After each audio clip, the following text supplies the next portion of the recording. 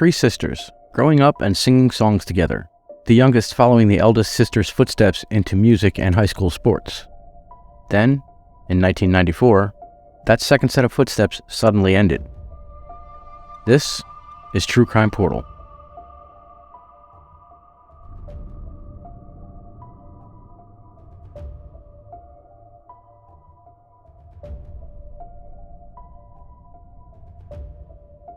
Jennifer Lynne Persia's family and friends say she was the happiest of children, always smiling, always bringing a smile to others, no matter what kind of day they were having.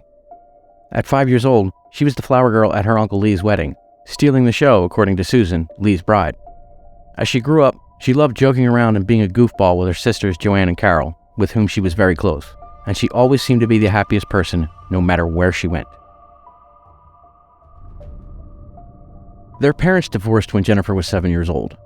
Eventually, the two older sisters, Joanne and Carol, went to live with their father, Mark, but Jennifer elected to stay with her mother, Georgia, not wishing to leave her alone. The girls got together whenever they could, which wasn't nearly as often as they might have liked, goofing around, singing their favorite songs, especially We Are Family by Sister Sledge, and just acting like the sisters they were, then all pretending to be sleeping when their mother checked on them. Jennifer played the saxophone in the school band for Sterling High School, was a flag bearer in the school's color guard, and was a blossoming track and field star for the school, even making the varsity team during her freshman year, which is kind of a big deal to anyone familiar with high school sports. Flash forward to April 1994, just under a month after Jennifer's 16th birthday. April 4th began as just another normal day. After spending most of that morning doing typical teenage things, like talking with friends on the phone, Jennifer had track practice that day, despite it being the middle of spring break. She returned home from that practice around 4 p.m. when she and her mother, Georgia, spoke briefly by phone, with Georgia asking Jennifer to have water boiling on the stove in preparation for the spaghetti dinner they were planning to have that night. They ended the phone call after saying "I love you" to each other. Jennifer was then seen sitting on the home's front steps between 6 and 6:30 p.m. About 2 hours later, Georgia and her husband, Charles Mick McNear, returned home to a gruesome and heartbreaking scene. Jennifer, on the living room floor at the foot of the stairs, dead. She had been beaten, strangled, and stabbed almost 24 times. But she put up one hell of a fight. There were signs of struggle all over the house, and she had defensive wounds on her hands and arms.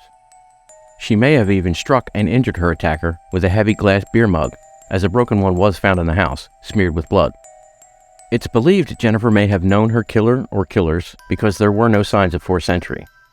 Whether this was a burglary gone hideously wrong or Jennifer herself was targeted remains a mystery.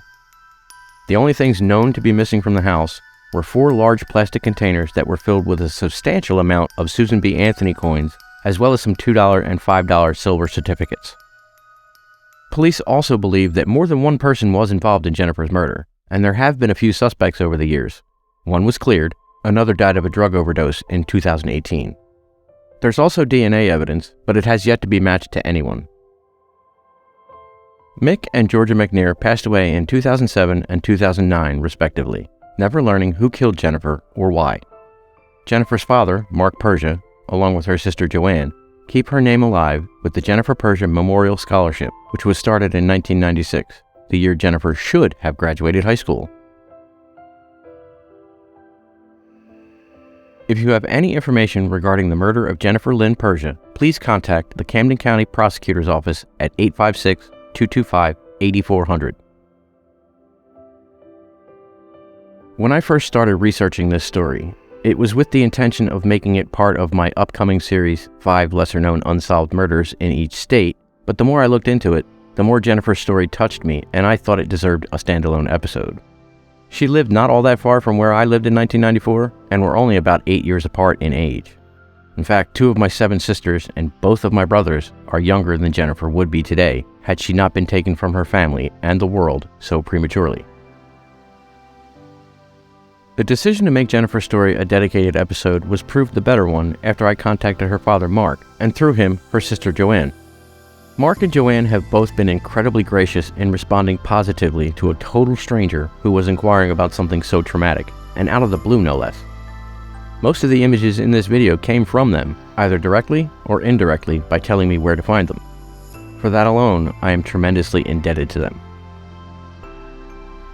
From my discussions with Mark and Joanne, I believe that they believe the police botched the investigation from the start. I can't speak to that, given that I don't have access to the case file, but I have reached out to Sergeant Convery of the Camden County Prosecutor's Office to inquire about the case. Unfortunately, department policy forbids the release of any information, except to say it's an ongoing investigation.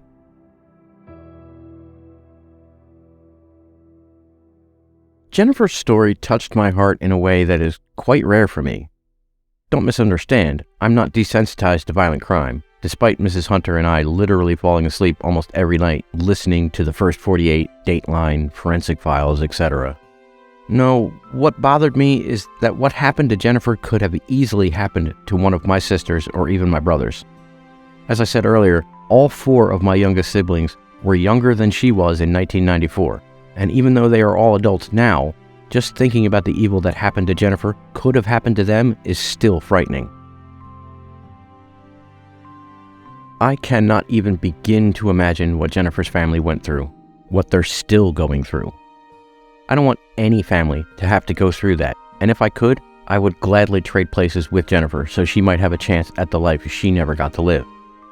Once again, if you have any information whatsoever regarding the murder of Jennifer Lynne Persia, I urge you to contact the Camden County Prosecutor's Office at 856-225-8400.